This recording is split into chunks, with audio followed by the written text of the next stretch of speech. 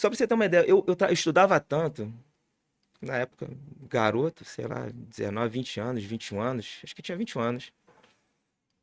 Eu não tinha um passarinho para dar água. Naquela época o salário, se eu não estou enganado, era de R$ 2.000. Era um salário zaço. R$ 2.000 hoje não é nem o salário mínimo hoje. Uhum. Isso, tô com 49, 30, 30 anos. não, é 27 anos atrás, né? 28, 27, 28.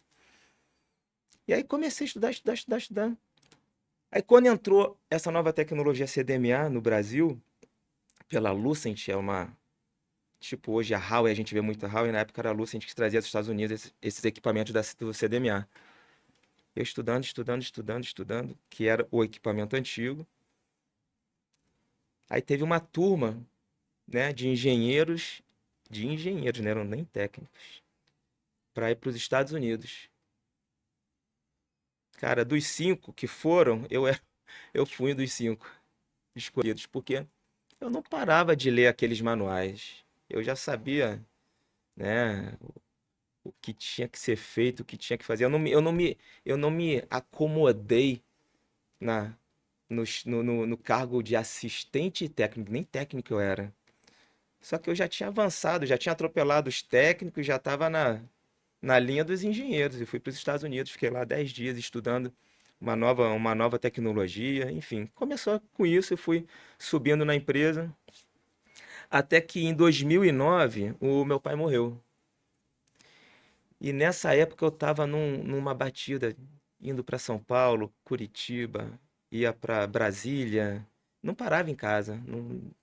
E teve uma época muito grande que eu estava indo direto para São Paulo, porque o setor da Vivo, já era Vivo, na época eu estava indo para São Paulo. Eu falei, poxa, Você já era esse cara de expansão, então? Você na época eu já. treinava time, esse tipo de coisa? Nessa época eu estava sempre como consultor, eu estava como consultor e sempre era escalado para abrir novas áreas, Tá. né? Então eu tive três oportunidades de abrir três áreas diferentes, né? Uma foi na área financeira, que depois acabei saindo da área de engenharia, fui para a área financeira, porque eu tinha feito a minha pós em um MBA em finanças corporativas. E como eu sempre fui muito interessado, muito curioso, eu falei lá com o meu vice-presidente, falei com o meu gerente lá, né? Olha, com o meu diretor. Pô, queria sair um pouco da engenharia. Quero, quero ver um pouco a área financeira, que eu fiz o MBA em finanças, tá, estou gostando muito. E eles sempre deram muita força. Eu sempre fui o cara, assim, por mais que eu tivesse começado como técnico, eu sempre estava, pelo interesse, pelo profissionalismo, pelo comprometimento, eu estava sempre da diretoria à vice-presidência com entrada. Até hoje, cara, o meu vice-presidente, o Javier Rodrigues, ele me manda é, felicitações pelo cumpleaños, né? Tipo, você é muito legal, né, cara? Claro. Ser reconhecido assim desde novinho. E quando chegou nessa época do meu pai, eu tava na batida e aquilo caiu a minha ficha sobre a vida. Porque eu sempre fui um cara muito voltado pro trabalho, muito voltado pros resultados, muito voltado para ficar estudando. E estava construindo a minha vida focada só em matéria, só em conquista. E aí, quando meu pai morreu, aquilo caiu uma ficha. Falei, cara, a vida acaba. Meu pai trabalhava na Gutierre Andrade, na época. Gutierre, né? Trabalhava em plataforma, né? Já estava com 67 anos. Estudava também. 67 anos nunca parava. E seu pai é brasileiro? Não, meu pai é japonês. E meu pai veio imigrante. É uma outra história também muito legal para contar.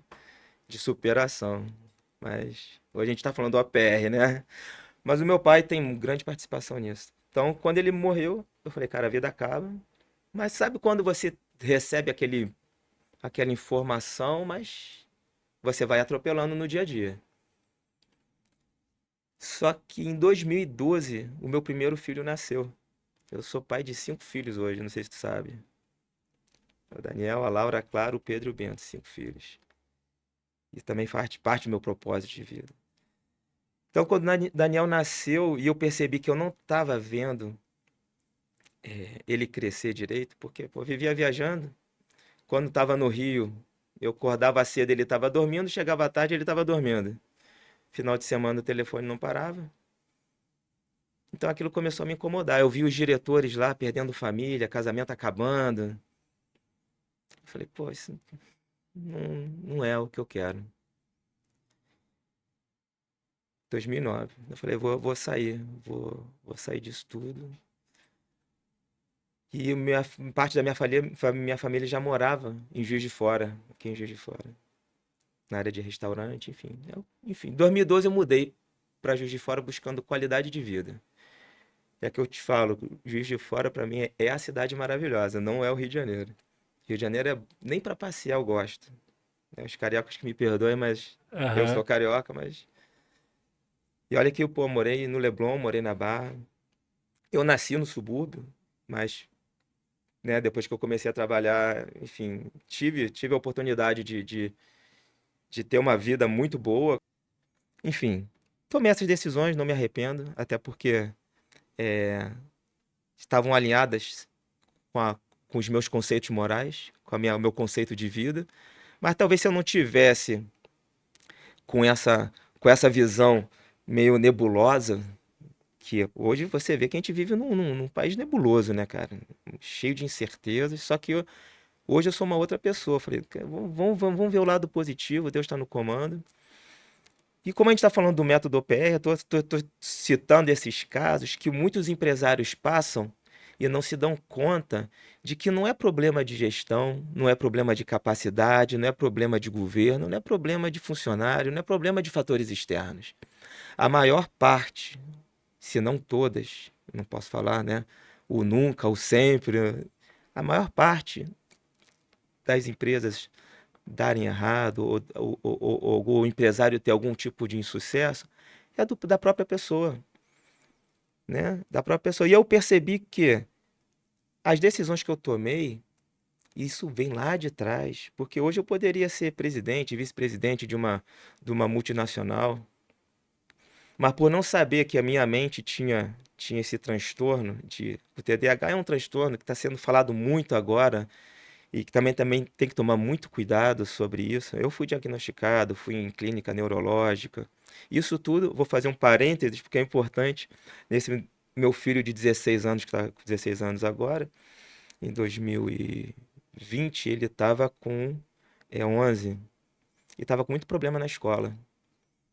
Não estava aprendendo, mas isso vinha adiante. Só que amplificou no meio da pandemia.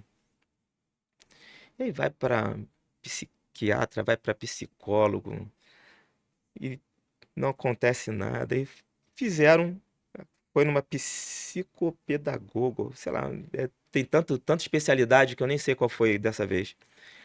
E aí vamos fazer um teste, vamos ver se pode ter alguma coisa, algum transtorno tipo TDAH, tal coisa. E aí fizeram anamnese comigo, com o pai, com a mãe, para saber o comportamento do Daniel. Se eu não estou enganado, eram 16 a 18 perguntas, não passava de 20. Primeira pergunta tal, e isso para responder em relação ao Daniel. É assim, tal, é assim. Na terceira, é assim. E já estava respondendo por ele me vendo. Aham. Aí depois que eu respondi tudo, eu falei, doutora, é o seguinte, eu respondi tudo em relação ao Daniel, tá? Mas tudo que eu respondi em relação a ele cabe a mim. Ela falou, então já sei de quem ele puxou, porque é genético isso, Entendi. entendeu?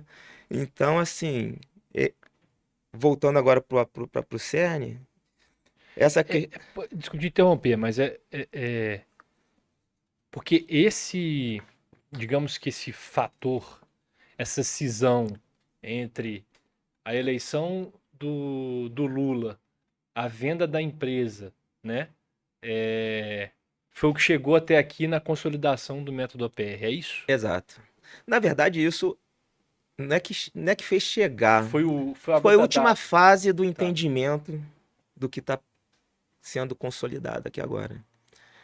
Porque a vida é um processo. A vida é um processo holístico, nós somos parte de um todo. E quando a gente fala de empresa, a maioria dos empresários, das pessoas que trabalham no mundo corporativo, se assemelham muito a médicos que são muito cartesianos, muito newtonianos, sabe? Lineares. Lineares, que só compreendem o todo pelo desmonte, só entendem a parte pelo desmonte do todo, né? Só que esse todo, no caso do médico, é o corpo, e esse todo, no caso do empresário, é a empresa. Só que para as coisas darem certo, existem vários outros fatores. E dentro desses fatores, o mais importante é o próprio empresário, que acaba abrindo mão da saúde para a empresa dar certo, acaba abrindo mão dos filhos para a empresa dar certo, acaba abrindo mão de um relacionamento para a empresa dar certo, acaba abrindo mão de vários fatores para a empresa dar certo. E beleza, deu certo. Mas o que que deu certo? E aí? E aí? Não é à toa que a gente vê muitas pessoas de sucesso ao final da vida refletindo sobre o caminho que tomaram. Então, graças a Deus, assim, eu tive a oportunidade, mesmo que tardiamente, isso que eu acredito que foi tarde, acho que eu já te falei isso, que para mim o segredo do sucesso, todo mundo fala, pô, e o sucesso, né? O que que é sucesso? Pô, o fulano de tal foi bem sucedido, fulano de tal.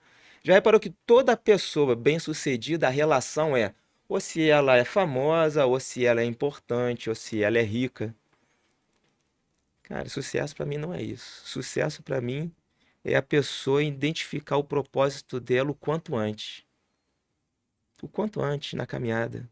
Obviamente, para ter esse tipo de discernimento, ela tem que ter caminhado um pouco, tem que ter vivenciado um pouco a experiência aqui na Terra. Mas tem que já ser conversado. Eu converso isso com meus 5 filhos. O meu 16 anos, que já está próximo da maioridade, eu já estou conversando isso com ele. Eu não incentivo ele a fazer PISME, nem Enem, nem nada, porque esse, esse processo de faculdade, ele já está ultrapassado, sabe?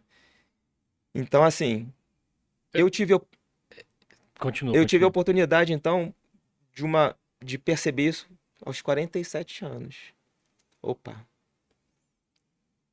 então tem 2 anos que eu estou trabalhando nesse modelo.